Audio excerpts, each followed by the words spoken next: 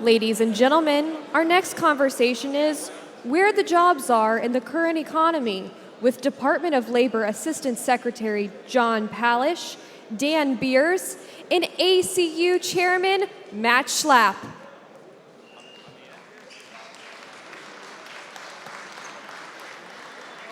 All right, guys. So guess what? We're between you and lunch, okay? So I don't know if you want us to speak for a really long period of time or be shorter. My guess is shorter, right? How you guys enjoying this prison CPAC so far? Worthwhile?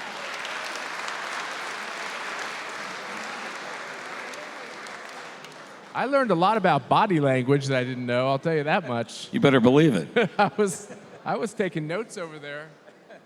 My wife told me I should know these things, but I didn't know them.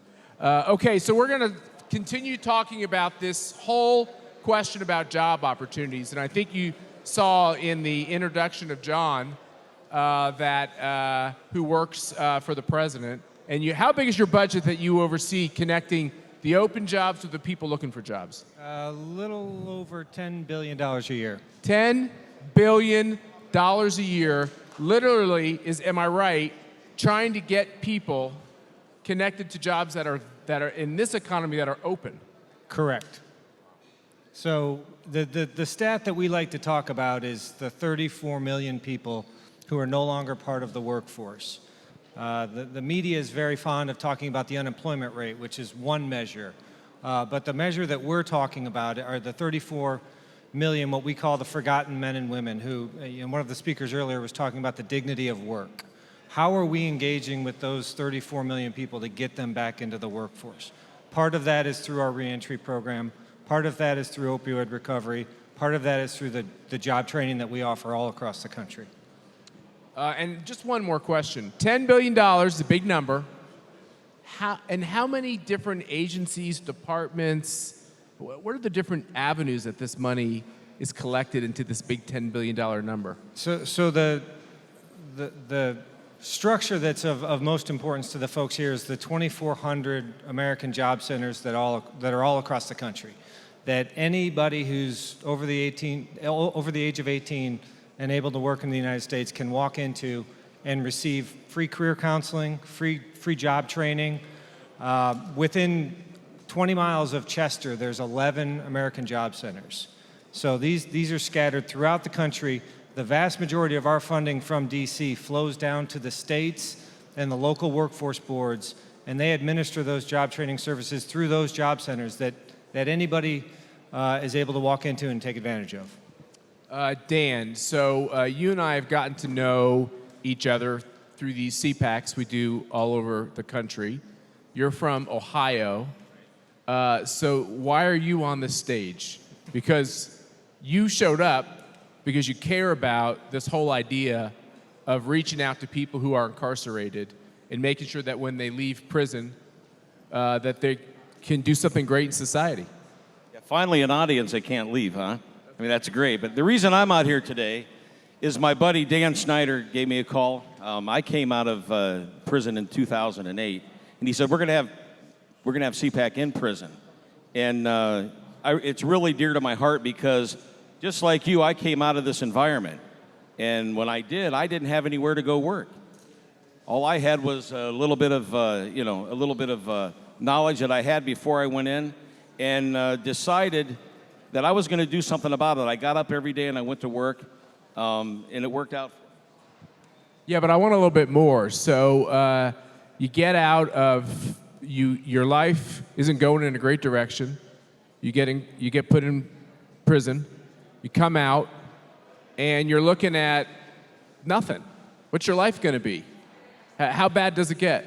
Well, guys, when you get out of prison, I think you have better chance of having somebody come to see if you have leprosy than if you're broke and you're a convicted felon.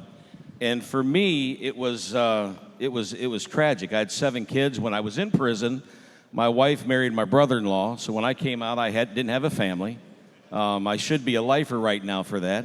But I didn't have a family. I had to pick myself up by my bootstraps. And the only person that ever helped me, the only group of guys that ever helped me, I come from a long line of preachers in my family. My father was a preacher, all my uncles, and And both of my grandfathers were preachers. But when I got out of prison, I didn't have one person come to my aid that was from the church. Who came to my aid was the guys that I played poker with, or my Muslim buddies, or my prison buddies. I'd show up on their doorstep and they'd say, here's a little bit of money to get you to the next watering stop. And that's the reason I came here today, because I wanted to be a part of a movement that educated guys in prison that when they get out, they're not gonna, they wouldn't have the same roadblocks that I had. And that's why I'm here. And we do that. We do that. We're from the private sector. I brought my probation officer with me today. He now works for us. We have over 300 employees, and I hired him to counsel the non-felons that work for us. Aren't you going to have him stand up? Yeah, come on, Max, stand up for me. We drove 8 hours to be here from Canton, Ohio. My wife's next to him, Mary. As a matter of fact, he just married us about 3 years ago. All right, you don't need to go more into that. Okay, so Mr. Secretary, so you're hearing what Dan's talking about. Is you're confirmed by the Senate. You're a secretary, assistant secretary at the Department of Labor. Is there a desire to make sure that these billions of dollars that you have control over, that we have some flexibility so we can actually help the people, including those coming out of prison? There's a huge emphasis on that. So earlier this year, we announced $90 million specifically targeted to organizations who are assisting individuals going through reentry. I think there's a program out of Philadelphia that received $4.5 million. We've also put $96 million towards organizations who are helping individuals deal with opioid recovery. I believe there was another organization out of Philadelphia that received about $5 million of those dollars. So we're trying to make sure that we're spreading that money around and, again, targeting those forgotten men and women that I referenced earlier and making sure that we're providing them some type of lifeline to get back into the workforce. So I was heartened earlier when I came in. I met your superintendent, Mary Rosa, and we were talking about some of the things that I had done when I worked in Kentucky. And one of the things that we did in Kentucky is we worked with the Department of Corrections in Kentucky to actually bring some of the job training into the facilities, into the North Point Correctional Facility in Lexington, because their warden was progressive and willing to do that. And she immediately struck on what I said, and we're going to have additional conversations about that, because that's the type of thing that we from the federal level want to be able to do. We want to work with the states. We want to make sure that those $10 billion that Matt keeps talking about are actually landing in the hands of the individuals who need it, the individuals who need the training to get back to work. So we are solely focused on that. So I'm not trying to put you on the spot, Mr. Secretary, but out of this money, some of it could actually filter its way down here to help the people who are actually in this room. Absolutely.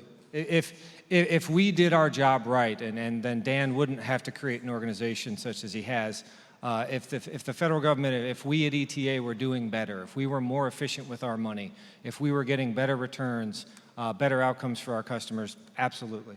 So for my philosophy on government, the idea is government spends a lot of money, taxes people to a large extent, has a lot of money, and we ought to be thinking through fresh and new ways that the money can be used to actually help people, 100%. right, and encourage the kind of activity we want. Dan, from your perspective, I know you, so I know you're a good guy. You have a good heart. You want to help people. But also, one of the reasons you're doing what you're doing to hire these folks coming out of incarceration is because you need the employees, right? You do, absolutely, yes. Yeah, and if there was, if you would identify employers out there that accept felons and give them some incentives through training, education, money even. I mean, whatever it takes, there would be more, I think there'd be more openness to this concept. But it is tough. I mean, when you're a felon and you're looking for a job and you're out there, there's not too many employers that just say, come on in my doors and sit down at this, sit down at this desk and start taking money. I mean, it just doesn't happen. So the ones that you do identify that are willing to take that risk like we do, just incentivize them. So I'm sure you have some great success stories. We do. And I'm sure you've had some failures. Yes. Do you feel like you have a good batting average with these potential employees, or are you doing it because you just believe in the cause? There's not a group of people that works harder out there than guys like me or you whenever you come out of prison and you want to make it back. I mean, that's all there is to it. So the batting average is 99%. We're not seeing guys just fall by the wayside. Here's a group of mothers, single mothers, or fathers that want to get back, in their families, and they're going to work 7 days a week, 12 hours a day. It doesn't matter. You don't have to convince them to come to work. They don't care about holidays. All they want to do is put a paycheck in their pocket so they can get Christmas presents and get an apartment and buy a cell phone so they can get back into mainstream society. So that's why we do it, absolutely. There was a, yeah, well deserved. There was a former United States president who said the business of America is business. I think the other thing that I think would be important for everyone to hear is the fact that there's great hope in the economy. The economy is chugging along. You would say from a Department of Labor standpoint, you could probably go through some of these statistics. The economy is growing strongly, but the labor impact is pretty dramatic. Wages are going up, and it's a good story. Correct. Someone referenced earlier the number of open jobs versus the number of job seekers. That's just one of the indicators of the strength of the economy.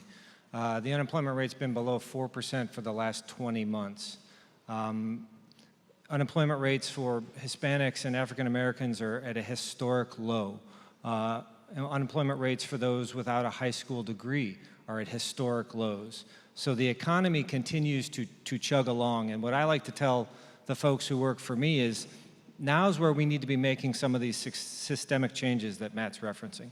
Now's when we need to start tweaking the system so that when the economy isn't quite as strong, we're prepared to adapt to that. And by doing that, we've got to be tapping into these other labor pools to make sure that Dan and his fellow companies have the employees that they need.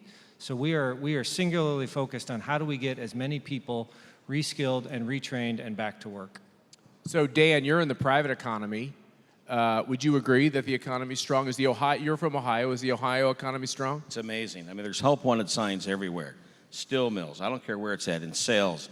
You go down the road, I mean, there's nothing but help wanted signs. I mean, we're looking for employees all the time. One thing I did want to say is as you're going through some of these reentry programs, it's our responsibility as felons to be responsible to those employers that will take the chance on us. So if you're out there and you do get a chance to get in front of somebody and they give you a chance, work harder than the guy next to you, and they'll absolutely keep you no matter what. And they'll bring out your friends and they'll bring others in that are felons right alongside you without blinking an eye. So 2 follow-up questions for you on that.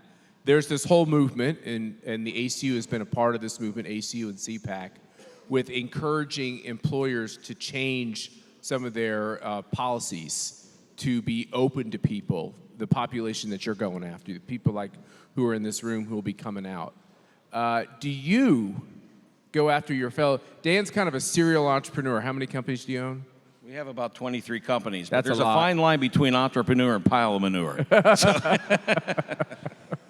23 companies. Yes. That must be hard to keep track of. How many kids you have helping you in these companies? I have all 7 of them. All 7 of your kids are helping. I think I'm working for them now. I know some of them, they're good kids. But are you recruiting other entrepreneurs and business owners and managers to do what you're doing as well? Like, are you spreading that word?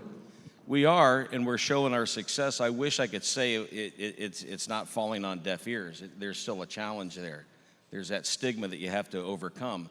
But there is, right now there's an opportunity because there's such a shortage that the employers are willing to take a risk to fill that spot that's on the floor. And if you show up and work harder than anyone else, it's going to pave the way for other convicted felons behind you. So the next question is, as you're hiring these folks, and we hire a lot of people at our nonprofit as well, what are those skills gaps? Like, what are those things you wish people did better? What would you encourage the people in this room to spend some time focusing on improving so that when they get this opportunity, they can hit it out of the park? Listen for your alarm clock. Alarm clock? Alarm Show clock. up on time? I'll tell you where there's gaps is in the service industry. If you're a plumber, an electrician, if you're a drywall finisher, any of those type services, there's such a lack in that skill. There's just a disconnect because the millennials just don't want to do that.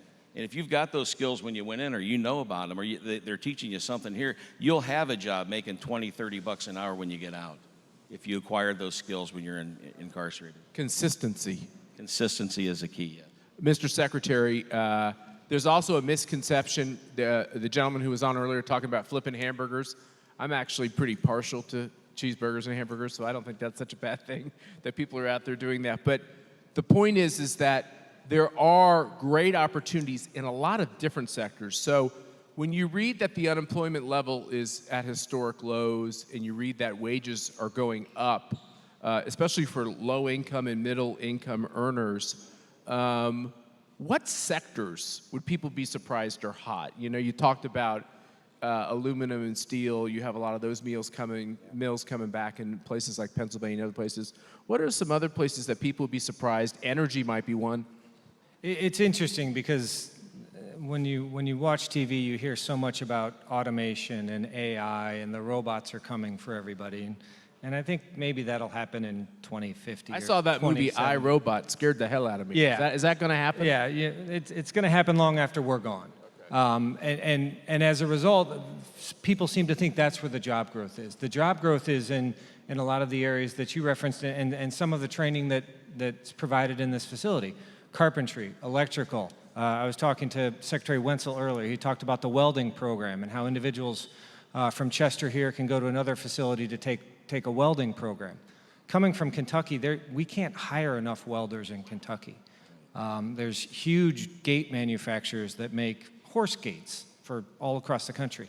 They can't hire enough welders in Kentucky. So a lot of those skilled trades, when you talk about, well, what should individuals be doing, they should find a skill. They should find something that they're passionate about and pursue that. And that's what we're supposed to be doing with our job training program, is providing those opportunities, working with the state and local workforce boards to say, this is the city that you want to live in. Here's where we see job growth, whether it's in cybersecurity, whether it's in healthcare, whether it's in carpentry, whether it's in welding, so that folks know when they're getting into a training program that there's a job at the end of it. That's the key. The best type of job training program is the one that ends up at a job.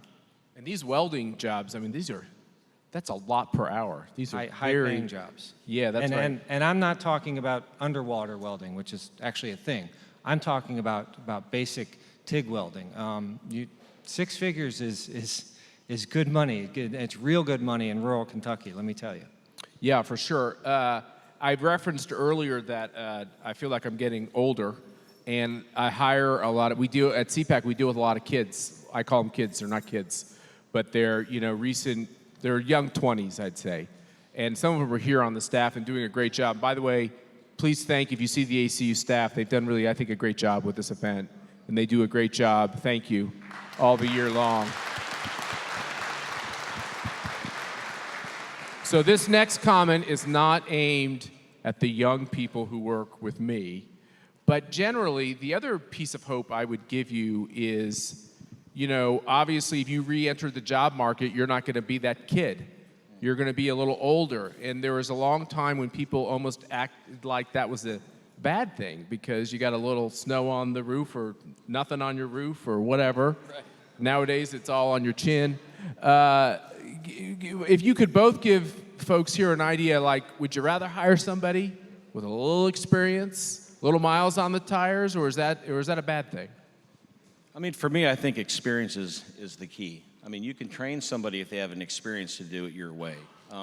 If I was to choose from, somebody just entering the workforce with no experience, or somebody that came out of prison that had 20 years, happened to mess up a little bit in his life, now he's back into the job market, I'm going to take the chance on the guy with the experience. I mean, every time. And it's proven to be beneficial for us. I mean, they get on that excavator and they know how to run the equipment. It doesn't take them 20 years to get that skill. Or they're running a dozer, they know how to push the dirt. They already know that stuff. So it's easy for us to make that choice. And it's the older guy with more experience. Well, this is really hard for the secretary to answer his questions because both of his bosses, I know how old they are. They're not that young. So what do you think about this experience question? One of the things that we talk a lot about in our office is trying to shift the thinking away from educational requirements and more skill-based hiring. So Dan hit on it exactly. What are the skills that are needed for the job? Not what's the education, not do you have a 4-year degree or a 2-year degree, but what are the actual skills you have? And when you're assessing whether someone's going to be a good fit or not, it's looking at those skills. And if they've got the experience and they've run heavy equipment before, or they've got the experience and they understand carpentry, that's what you're looking for, is that skill set. Not necessarily do they have a college degree, or did they do this or did they do that. Do they have the skills? That's great. Well, any last words, guys? Was it worth the trip from Ohio? Awesome, absolutely. We really enjoyed being here. Thank you, guys. Thank you. Worth the trip from Washington? Absolutely. Thank you, everyone. Thank you.